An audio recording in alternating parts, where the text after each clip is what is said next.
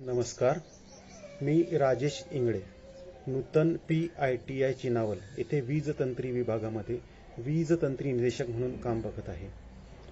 मी आपल्याला आज power generation याबद्दल माहिती देणार आहे. पॉवर जनरेशन म्हणजे काय, तर इलेक्ट्रिकल एनर्जी तयार करणे. इलेक्ट्रिकल एनर्जी तयार करणे म्हणजे इलेक्ट्रिक एनर्जी कुठे तयार होते याची माहिती करून घेणे. आपण रोजच्या वापरामध्ये घरामध्ये आपण विजेचा उपयोग करतो. लाईट लावतो, फ्रीज लावतो, कूलर लावतो. पण आपल्याला माहिती आहे का की ही वीज निर्मिती कुठून होते, वीज येते कुठून, याबद्दलच आपल्याला आज याची माहिती करून घ्यायची आहे. तर आपण इलेक्ट्रिकल ऊर्जेचा उपयोग उष्णता प्रकाश प्रेरक शक्ती म्हणून याचा उपयोग करतो. आजच्या वैज्ञानिक युगामध्ये या ऊर्जेचे रूपांतर आपल्याला पाहिजे तशा स्वरूपात करणे शक्य झालेले आहे. ऊर्जेचा उपयोग आपण दैनंदिन जीवनामध्ये, औद्योगिक प्रकल्पांमध्ये, मोठमोठी कार्यालय, घरगुती वापर यामध्ये आपण याचा उपयोग करतो. तसेच देशाच्या विकासामध्ये तर याचा खूपच मोठा वाटा आहे. इतर ऊर्जेपेक्षा इलेक्ट्रिकल ऊर्जा ही फार महत्वाची आहे. या ऊर्जेचे रूपांतर आपण सोयीस्कररित्या पाहिजे त्या रूपामध्ये करू शकतो. उष्णता प्रकाश तसेच यांत्रिक शक्तीमध्ये. ऊर्जेवर चालणारी यंत्रे ही सोप्या पद्धतीने नियंत्रित होतात व ते कार्यही करतात. इलेक्ट्रिकल ऊर्जा ही एका ठिकाणाहून दुसऱ्या ठिकाणी सहजपणे नेता येते. तसेच त्याचे वहनही करू शकतो. इतर ऊर्जेच्या तुलनेत ही स्वस्तही आहे.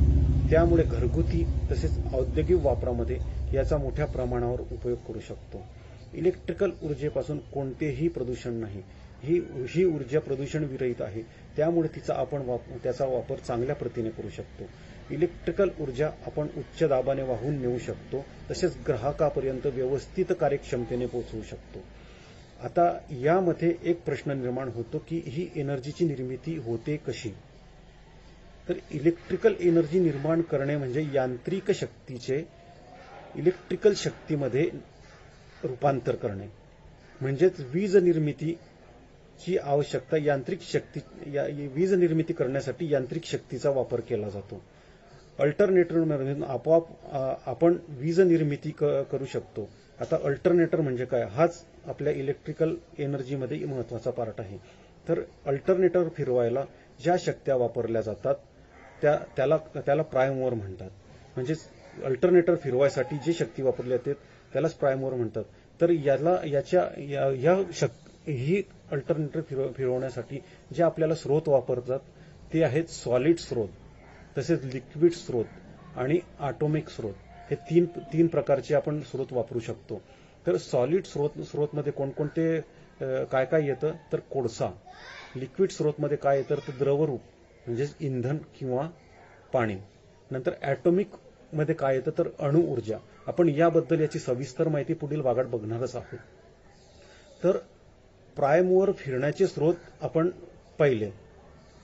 यामध्ये प्रश्न काय पडू शकतो की प्राइम मूव्हर फिरवण्यासाठी कोणकोणते स्रोत वापरले जातात. तर कोणकोणते स्रोत वापरले जातात, तर सॉलिड स्रोत, लिक्विड स्रोत आणि ॲटॉमिक स्रोत. हे आपण लक्षात ठेवलं पाहिजे.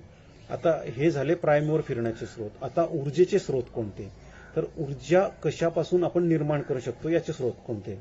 तर यामध्ये एक आहे सूर्य, हवा, पाणी, इंधन आणि न्यूक्लिअर एनर्जी.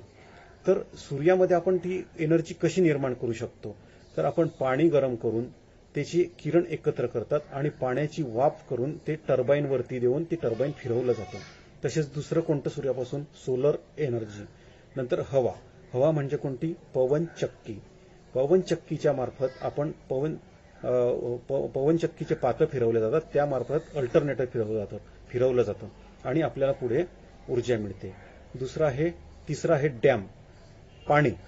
तर पाणी म्हणजे कसं की पाणी आपण डॅम मध्ये साठवलं जातं आणि पाण्याच्या फोर्समुळे पाण्याचा फोर्स देऊन आपण अल्टरनेटर फिरवतो. तर अल्टरनेटर कसं फिरवले जाते की त्यामध्ये